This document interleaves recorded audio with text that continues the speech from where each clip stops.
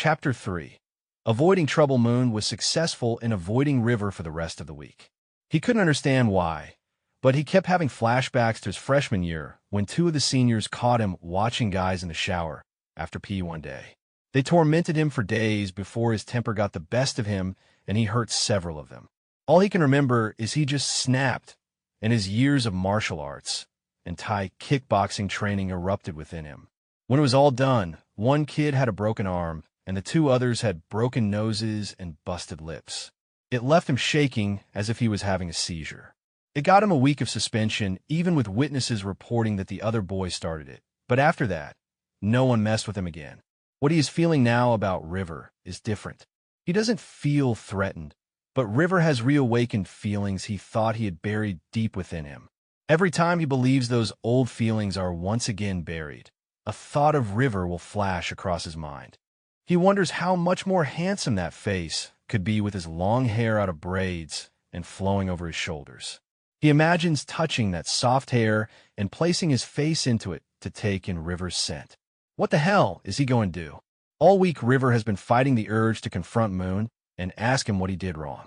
Friday morning, he came within seconds of bashing in some guy's face when he overheard something about a lover's quarrel after people saw Moon turn around and go the opposite direction when he saw River walking toward him. He doesn't realize that kind of behavior will just draw added attention and increase suspicion toward them. Now it's lunchtime on a Saturday, and he is sitting in the only Thai restaurant within 35 miles of where he lives in Grotto. He's not sure, but he's hoping this might be Moon's family-owned restaurant that he heard about from some of the other students.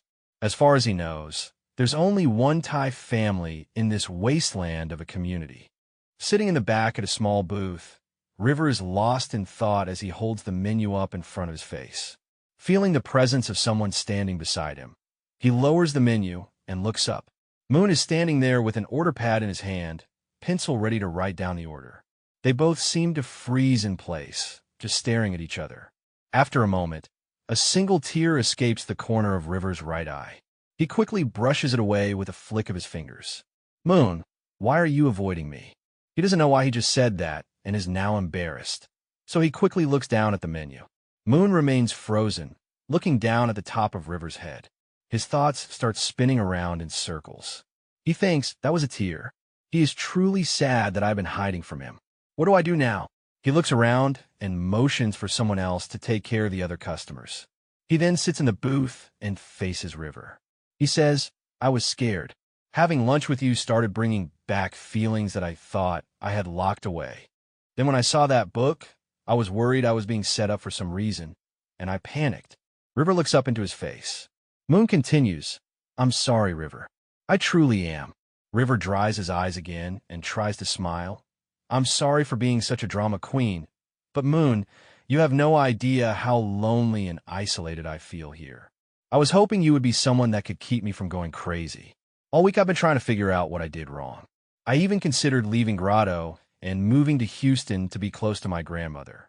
I understand you were scared, and I can only assume that was a big part of the fight you had when you were a freshman.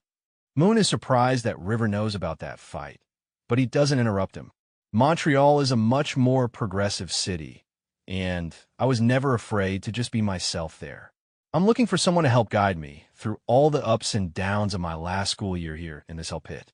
Can we just start over again? I want to know who you are, and I also want to tell you my story.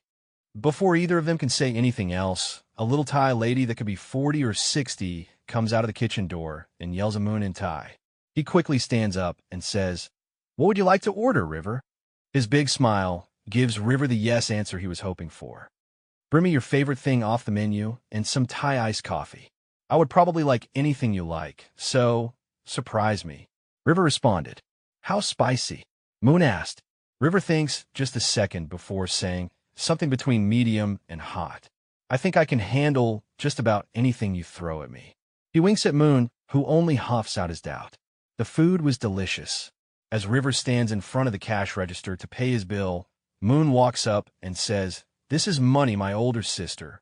Money is her Thai nickname because she's responsible for all the money coming in and out of the restaurant. Money, this is River, a new student in my class. Money looks at River and then says something in Thai to Moon. The last 3 years of watching Thai BL series with English subtitles may be paying off. He swears one of the words she said was boyfriend. By Moon's response, he may be correct. Money steps to the kitchen door and yells at the cooks in the back. Moon is hissing out a stream of Thai at his sister, but she just laughs at him. The older lady and a man that looks a lot like Moon, but a little older, walk through the kitchen door.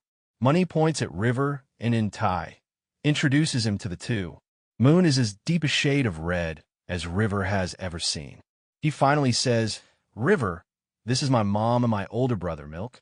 River places his praying hands under his chin and gives a slight bow while saying, "Sawasdee Cap, my name is River. It is a pleasure to meet you." The expression on their faces registers a pleasant surprise. Moon breathes a sigh of relief. His brother Milk says, "So you're the—" Moon quickly interrupts him by saying, "River, do you want to know how my brother got the nickname Milk?" Milk just laughs, and River makes a face that signals he would like to know. Moon says it's because he breastfed until he was 4 years old.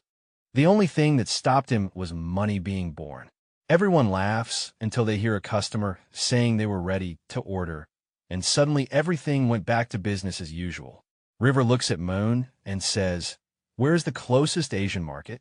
I can't find everything I need in any of the little towns surrounding us." Moon says the closest and best one is in Houston, but it's on this side of the city center, so you don't have to go all the way through the city. River thinks about it for a while. "I guess that trip will have to wait until next weekend. What do you want to make for lunch on Monday?" "I think I'm good with local supplies for anything Mexican, Italian, or American." As Moon rushes off to his next table, he shouts back, "Monday's a holiday. Just come here for lunch." Money looks at Moon's back and then to River.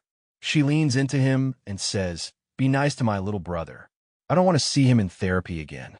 River nods, and she adds, "We are having a private dinner tomorrow after the restaurant closes. Be here at 9 p.m. The phone rings, and she answers it. River looks around at the little restaurant, and for the first time since he and Moon shared lunch in the teacher's garden, he genuinely felt happy.